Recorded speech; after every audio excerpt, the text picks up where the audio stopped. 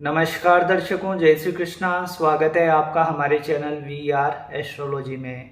दर्शकों, आज का वीडियो बहुत ही खास होने वाला है। आज हम बात करेंगे कि दारा कारक ग्रह क्या होता है, कैसे ये हमारी मैरिज लाइफ को प्रभावित करता है, हमारे जीवन साथी के बारे में जानकारी देता है। संपूर्ण चर्चा करेंगे, तो आप ये वीडियो पूरा अवश्य देखिए, आपके लिए जानकारी लाभदायक सिद्ध होगी। इसके अलावा दर्शकों, अगर आपके मन में कोई प्रश्न है, आप अपनी कुंडली दिखाना चाहते हैं, तो हमारे नंबरों पर संपर्क करके आप अपना कॉल अपॉइंटमेंट बुक करवा सकते हैं। एक बात का ध्यान रखिए दर्शकों, कॉल अपॉइंटमेंट पेड होते हैं, इसके शुल्क निर्धारित होते हैं। अब आते हैं दर्शकों हम हमारे विषय पर।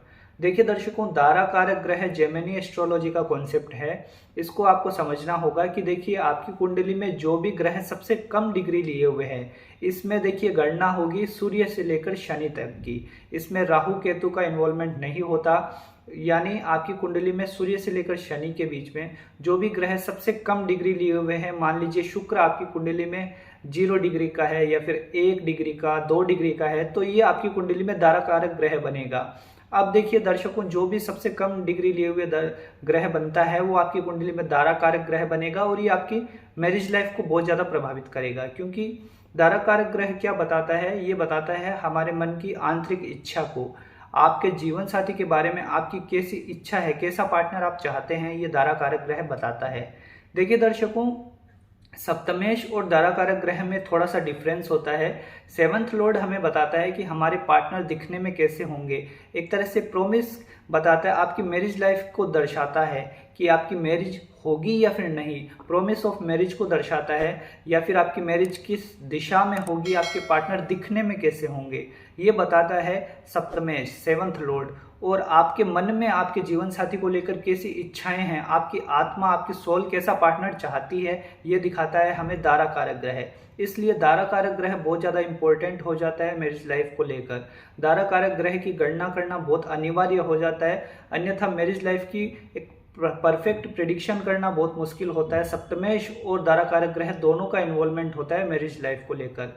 अब देखिए दर्शकों, सप्तमेश तो हमें बताता है कि आपकी शादी कब होगी, किस दिशा में होगी, आपके लाइफ पार्टनर दिखने में कैसे होंगे। वहीं दारा कारक ग्रह बताता है आपके लाइफ पार्टनर का नेचर कैसा होगा, आंतरिक गुण क्या होंगे उनके, और आपके मन की दबी हुई इच्छा क्या है, आप कैसा पार्टनर चाहते हैं, ये दारा कारक ग्रह हमें बताता है। इसलिए बहुत इंपॉर्टेंट हो जाता है दारा कारक ग्रह। अब देखिए दर्शकों, आपकी कुंडली में मान लीजिए दारा कारक ग्रह और सप्तमेश एक ही ग्रह हैं, तो ये बहुत अच्छी कंडीशन है। ऐसे में ये अच्छी स्थिति बन जाती है, आपकी जो मन में इच्छा है वैसे ही पार्टनर आपको मिलेंगे। बस एक कंडीशन है कि वो ग्रह मजबूत होना चाहिए और शुभ भाव में स्थित होना चाहिए। मान लीजिए दारा कारक ग्रह आपकी कुंडली में शुक्र बनते हैं और वही सप्तमेश भी बनते हैं, तो वो केंद्र के भावों से संबंध बना रहे हो, नवमांश कुंडली में भी अच्छी स्थिति में बैठे हो, तो ऐसी कंडीशन में आपकी जो मन की इच्छा है वैसे ही पार्टनर आपको मिलेंगे। ये शुभ स्थिति को दर्शाता है। वहीं दर्शकों, अगर दारा कारक ग्रह और सप्तमेश मित्र हैं और अच्छी स्थिति में बैठे हैं दोनों, तो भी ये अच्छे वैवाहिक जीवन को दर्शाता है। और मान लीजिए सप्तमेश और दारा कारक ग्रह शत्रु हैं, तो वो दिक्कत देती है, फिर मैरिज लाइफ में प्रॉब्लम आती है, वैवाहिक जीवन अच्छा नहीं चल पाता, कष्टों का सामना करना पड़ता है। तो उसका आपको गणना करना आनी चाहिए और कुंडली का विश्लेषण करने के आधार पर ही सटीक जानकारी मिल सकती है। अब देखिए दर्शकों, अगर आपकी कुंडली में शुक्र दारा कारक ग्रह बन जाते हैं, यानी लोएस्ट डिग्री प्लेनेट शुक्र बन जाते हैं, तो उस स्थिति में आपकी क्या डिजायर होंगी। देखिए, आपकी आंतरिक इच्छाएं होगी कि आपको एक ऐसा जीवन साथी चाहिए जो दिखने में काफ़ी सुंदर हो, जिसके लुक्स बहुत अच्छे हों, एक तरह से जो रिच बैकग्राउंड से बिलोंग करता हो। सुख सुविधाएं आपके लिए बहुत ज़्यादा इंपॉर्टेंट हो जाएंगी, क्योंकि शुक्र भोग विलासिता का ग्रह माना जाता है। तो ऐसे में जब दारा कारक शुक्र बनेगा, तो आप हमेशा एक ऐसा पार्टनर चाहेंगे जो काफ़ी गुड लुकिंग हो, स्मार्ट हो, एक तरह से रिच बैकग्राउंड से आता हो, जिसके साथ शादी करने के बाद आप कंफर्ट और लग्जरियस लाइफस्टाइल का आनंद लें। ऐसी इच्छाएं आपके मन में हमेशा रहेगी। अब देखिए, वो सब आपको मिलेगा या नहीं मिलेगा, वो डिपेंड करता है शुक्र की स्थिति पर। दारा कारक ग्रह तो शुक्र बन गए आपकी कुंडली में, परंतु अगर वो केंद्रों के भाव में बैठे हैं, त्रिकोण के भाव में बैठे हैं, शुभ राशियों में बैठे हैं, तो फिर ये आपकी इच्छा पूरी भी होती है। इसमें देखिए दर्शकों, शुक्र जब दारा कारक ग्रह बनते हैं, तो आपका हमेशा मन में कहीं ना कहीं विचार रहता है कि आपको काफ़ी रोमांटिक, आपका एक तरह से प्यार करने वाले जीवन साथी मिले, जो आपकी केयर करे, जिनसे आप इमोशनली बॉन्ड शेयर करें, ये आपकी दिली ख्वाहिश रहती है। इसके बाद दर्शकों देखा जाए तो आपके लिए लुक्स बहुत मैटर करेंगे, इसीलिए कई बार आपकी शादी में डिले भी होता है कि आप हमेशा टालते रहते हैं, हमेशा बेस्ट की तलाश में रहते हैं, इस कारण आपकी मैरिज में भी कई बार डिले होता है। इसके बाद दर्शकों देखा जाए तो यहाँ पर कई बार आप शादी करने से पहले काफ़ी ज़्यादा कंडीशन लगाते हैं, शर्तें लगाते हैं, ये भी एक दिक्कत रहती है, क्योंकि आपको हमेशा बहुत अच्छा पार्टनर चाहिए, चाहे वो पैसों के हिसाब से हो, चाहे लुक्स के हिसाब से हो। आप बहुत ज़्यादा तोल मोल करते हैं रिश्तों में, इसलिए कई बार आपकी मैरिज में डिले होता है और कई बार मन मुताबिक जगह फिर विवाह भी नहीं हो पाता, ऐसी भी कंडीशन बन जाती है। इसके अलावा दर्शकों देखा जाए तो आपकी चाहत हमेशा होगी कि शादी के बाद आपको एक तरह से फाइनेंशियल स्टेबिलिटी मिले, जिनसे आप शादी कर रहे हैं उनके साथ आप सुख सुविधाओं का आनंद लें, घूमना फिरना करें, इंजॉय करें लाइफ को, ऐसी आपकी ख्वाहिश रहेगी, क्योंकि शुक्र दाराकारक ग्रह बन रहे हैं। तो ऐसे में देखिए शुक्र की मजबूती पर निर्भर करता है कि ये ख्वाहिशें आपकी पूरी होंगी या फिर नहीं होंगी। शुक्र देखिए दाराकारक ग्रह बनते हैं तो आपके लाइफ पार्टनर के नेचर को हम समझें तो काफ़ी ज़्यादा वो इमोशनल होंगे, रोमांटिक होंगे, दिखने में निश्चित तौर पर सुंदर होंगे, पर उसमें सप्तमेश का भी रोल होता है। फिजिकल अपीयरेंस सप्तमेश हमें बताते हैं कि आपके लाइफ पार्टनर कैसे दिखने में होंगे, परंतु दाराकारक ग्रह जब शुक्र बन जाएंगे तो उनके नेचर को दिखाता है और आपकी आंतरिक इच्छाओं को दिखाता है। अब देखिए शुक्र जब दाराकारक ग्रह होंगे तो आपके पार्टनर निश्चित तौर पर आपके साथ इमोशनली बॉन्ड शेयर करेंगे अगर वो शुभ स्थिति में बैठे हैं, और आप दोनों के बीच एक प्रेम बहुत अच्छा रहेगा, लव रिलेशनशिप आपके बीच में बहुत स्ट्रांग रहेगा।